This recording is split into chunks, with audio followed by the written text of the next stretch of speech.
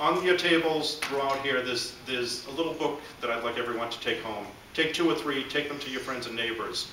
Declaration of Independence and the Constitution. Constitution was written by some very intelligent people.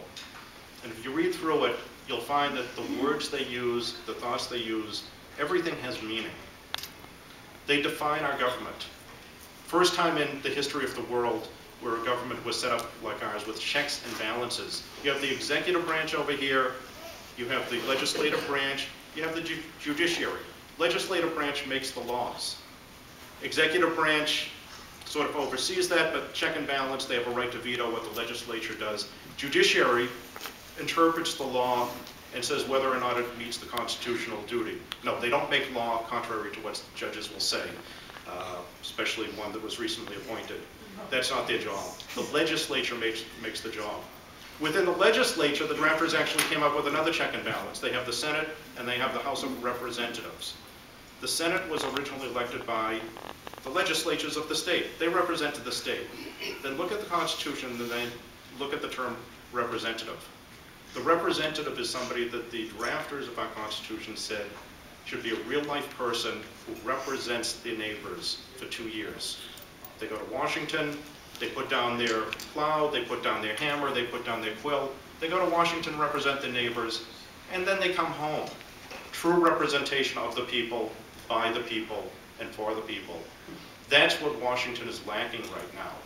There is no true representation in Washington. We have lifetime career politicians. No concept whatsoever of real life. And it's time we get back to what our founders envisioned. True representation, real people who understand real people's situations. Just want to give a few examples of what real life can actually take into play. Does this come off? No. I have to stand here. I'd like to walk around. When things get tough, in our country right now the economy is really tough.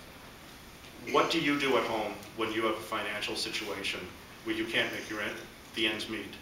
Do you run up your credit card bills to try to make ends meet? No, you cut back. You stop spending, you cut back on the extras, the fluff. You look at wants, you look at needs. I want to go on a cruise. I need to eat. I need to pay my mortgage. Most of you, hopefully, would not go on the cruise. You'd put that aside and you'd feed your family, your business. You need to make ends meet. What do? You cut down to the bare bones to make it work. You look at the fluff, you cut out the fluff. You look at the wants and needs, and you get rid of the wants for now. Our government, on the other hand, right now, looks at the wants and the needs. What do we need right now most? In my mind, jobs. So what does the government do?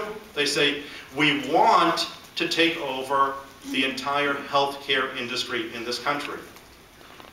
We need jobs, but that's not important. Right. Something's out of whack in Washington. Something's just not right, and we need to change that. We need to get back to basic values, look at how we run things, and run it the way you or I would run our own family, our own business, realistically, with real expectations and real needs. We need to get back on track, and that's what I intend to do in Washington. Represent the people, represent you, represent the real people, not represent the special interests. Health.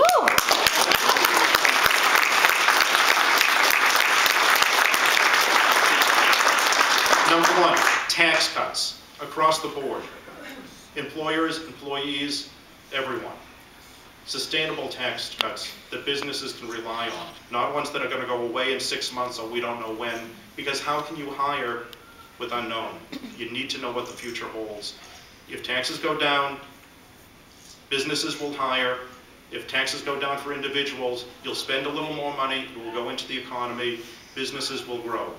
It's proven historically. John Kennedy, Ronald Reagan, both did across-the-board tax cuts. It worked. Raising taxes, we know doesn't work.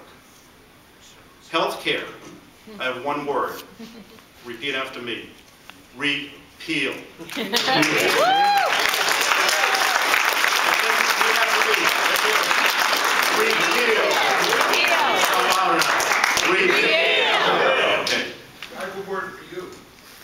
Go for it. We have the best healthcare system in the world. Yes, costs are high, insurance is high, private sector reform can work. Sell insurance across the borders, open up free trade between insurance companies. We know what happened with the auto insurance industry. Our prices went down, competitive programs came out, we have better insurance coverage, better programs for less money. It will work with health insurance. The abuse of the system to put this thing forward, it just astonishes me. If a bill is so bad that a majority party with a supermajority has to bribe its own members to put a bill through, there's something inherently wrong with it, and it shouldn't go through, period. And I don't care Democrat or Republican. It doesn't matter. Pork has to end across the board.